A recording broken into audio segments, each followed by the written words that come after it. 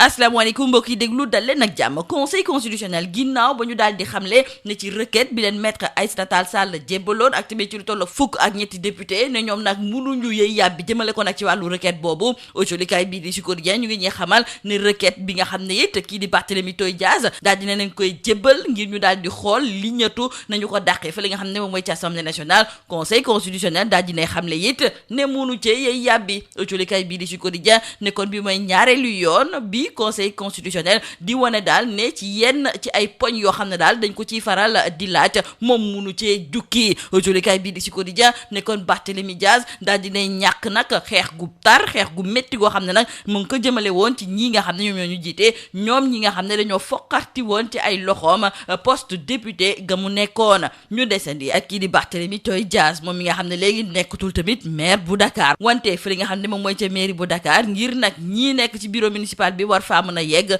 jafe na ci ñoom ndaxte jolikaay bii di si quotidien mi ngi ñuy xamal ne policier yaa ngi fa fees fa dell ba pare nag di segg kan mooy dugg ak ku dul dugg li ni mel nag naqari ñi nga xam ne ñoom ñoo nekk ci biir bureau municipal bi ba sax bind nañu ab bataaxal jébbal ko joriñ gu njëkk gi di Ousmane Sonko joriñ gu ñu dénk wàllu collectivité territoriale ak tamit ministre de l'intérieur ñu leen di xamal daal ne si nu mu gën a gaawee nañu dakkal nag blocage boobu nga xam ne moom la ñu nemmeeku foofu nga xam ne de moom mooy ca mairie bu Dakar ñu wax ci loi de finances rectificative bi nga xam ne nag ñu ngi ko doon liñatu ca assemblée nationale julikaay bii di Le Quotidien mi ngi ñuy xamal ne ci wàllu LFR boobu daal fexe nañu nag ba génne ci lu tolloog juróomi milliards ci suñu koppar yoo xam ne dañu koy jébbal ñi nga xam ne dañoo lorule ci violence préélectorale yi fi amoon wante dafa mel ni nag ne LFR googu de nañu ko voté neexul dara waaye ki nga xam ne de moom mooy maître Aïssata Tall Sall ndaxte moom la mu ca gis daal moom mooy ne am na ab jalgati kii di Abdou Mbow moom it bokk ci député yi nekk ci l'opposition moom daal dinay xamle bés boobu ñu doon voté lii di LFR bi ne am na daal yenn ci ay mbir yoo xam ne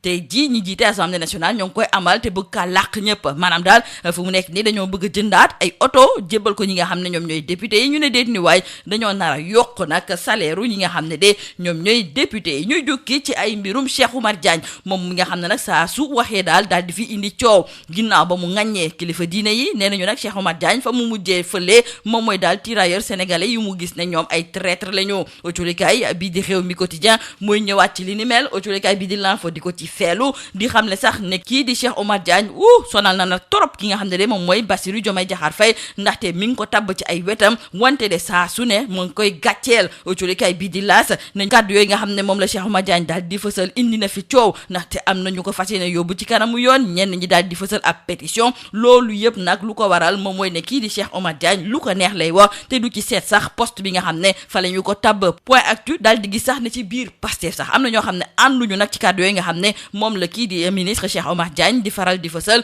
ku ci mel ni Lansana Gagny Sakho moom it daal di ne gis ne Cheikh Oumar Diagne mii de dina yàqal ki nga xam ne moom mooy Diomaye rax ci dolli sax coow loolu de autolikaay bii di point actu mi ngi ñu xamal ne yemul rek fii ci biir Sénégal ndaxte nee nañu sax sa bitim réew ñoo ngi koy ŋawtee ci wàllu wér gi yaram dina am ab yëngu-yëngal goo xam ne dañ ko cee fas yéene nemmeeku li ko dalee ñetti fan jàpp ñeenti fan ci weeru janvier autolikaay bii di l'évidence moo ñuy xamal ne waa F2S ñoom ñoo ci fas yéene amal ab grève autolikaay bii di yor bi moom di ñëwaat ci ab mbuxum ci wàllu suuf goo xam ne dañu ko nemmeeku ci département de Dagana rawatina nag ci gox bi nga xam ne moom mooy Bundoum nekk benn ci village yi nga xam ne ñoom ñoo gën a fës ci commune bu Diama wante dañoo gis nag ne foofu daal suuf sa bëri na fa loolu sax moom moo tax ba ki fi nekkoon soxna yi njiitu réew mi di Marième Faye Sall ak tamit magam bii di Mansour Faye ñoom fexe nañu nag ba ku ci nekk am benn million ci wàllu mètre carré ci suuf soosu nga xam ne kon moom moo nekk ci village bu Bundu jeexale ko colikaay bii di Le Soleil ma ngay ñëwaat ci wàllu Noël bi nga xam ne kon démb lañu ko doon màggal suñu natango yi di ñëwaat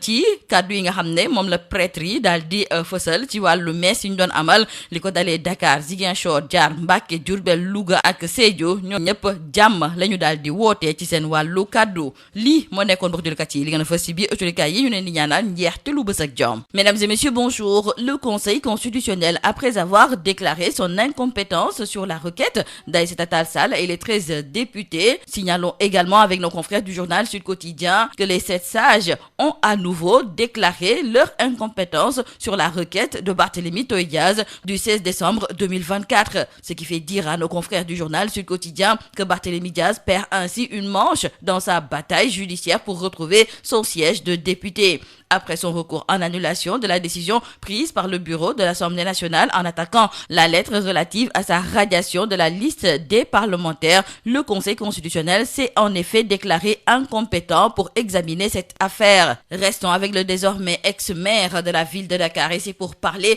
de ce blocus constaté à la mairie de Dakar. Nos confrères du journal Sud Quotidien nous font savoir que le bureau municipal de la ville de Dakar n'en peut plus de ce blocus policier empêchant l'accès des conseillers municipaux à l'hôtel de ville. Dans un communiqué rendu public, le bureau municipal interpelle directement le Premier ministre Ousmane Sonko, le ministre en charge des collectivités territoriales, le ministre de l'Intérieur et leur demande de faire prendre toutes les dispositions pour faire cesser ces dérives et exige par conséquent la levée immédiate et sans condition de ce blocus qu'ils jugent illégal et qui constitue une balafre dans le visage de la décentralisation. Parlons à présent avec nos confrères du journal Le Quotidien de l'adoption de la loi de finances rectificative. Pour nos confrères, l'État rattrape les coûts. Et nos confrères ont noté les 5 milliards de francs CFA pour indemniser les victimes des violences préélectorales. Cependant, Aïssata Tall Sall trouve que cette LFR est illégale car elle viole l'orthodoxie financière. Et lors du vote de la LFR, c'est Abdou Mbow qui fait des révélations. À en croire nos confrères du journal Les Échos, le député a fait savoir qu'actuellement l'Assemblée nationale est sur le point d'acheter des véhicules pour les députés et en plus, les dirigeants veulent augmenter aussi les salaires des députés. Une situation que dénonce également Aïssata Tall Sall qui trouve que ce n'est pas correct de demander de serrer la ceinture et finalement augmenter les dépenses de prestige et confort. Cheikh Oumar Diagne fait encore parler de lui. Nos confrères du journal Rewmi Quotidien nous font savoir qu'après sa sortie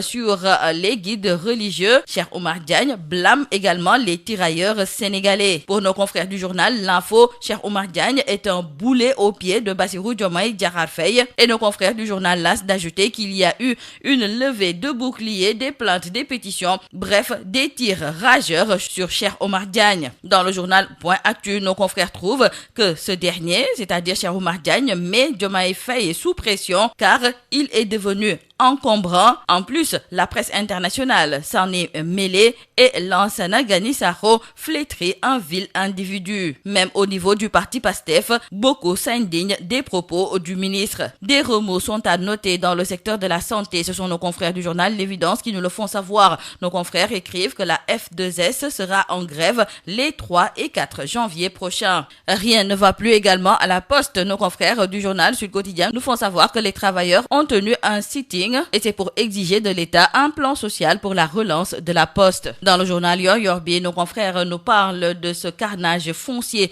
dans le département de Dagana et plus précisément dans la zone de Boundoum, village parmi les plus réputés de la commune de Diama. Boundoum se trouve à proximité des villages de Kassak Nord et de Sambakoli. Ces innombrables potentialités agricoles font que le foncier y est devenu une véritable poule aux œufs d'or. Il n'en fallait pas plus pour aiguiser les appétits de l'ex-première dame Marième Faye et de son frère Mansour Faye qui ont bénéficié chacun de plus d'1 million de mètres carrés dans la dite zone. Terminons par nos confrères du quotidien Le Soleil qui reviennent sur la célébration de Noël de Dakar à Ziguinchor en passant par Mbacké, Diourbel, Louga et Sédhiou. Les prêtres ont tous prêché l'amour et la paix pour un monde plus juste. C'est tout à vos journaux et très bonne lecture.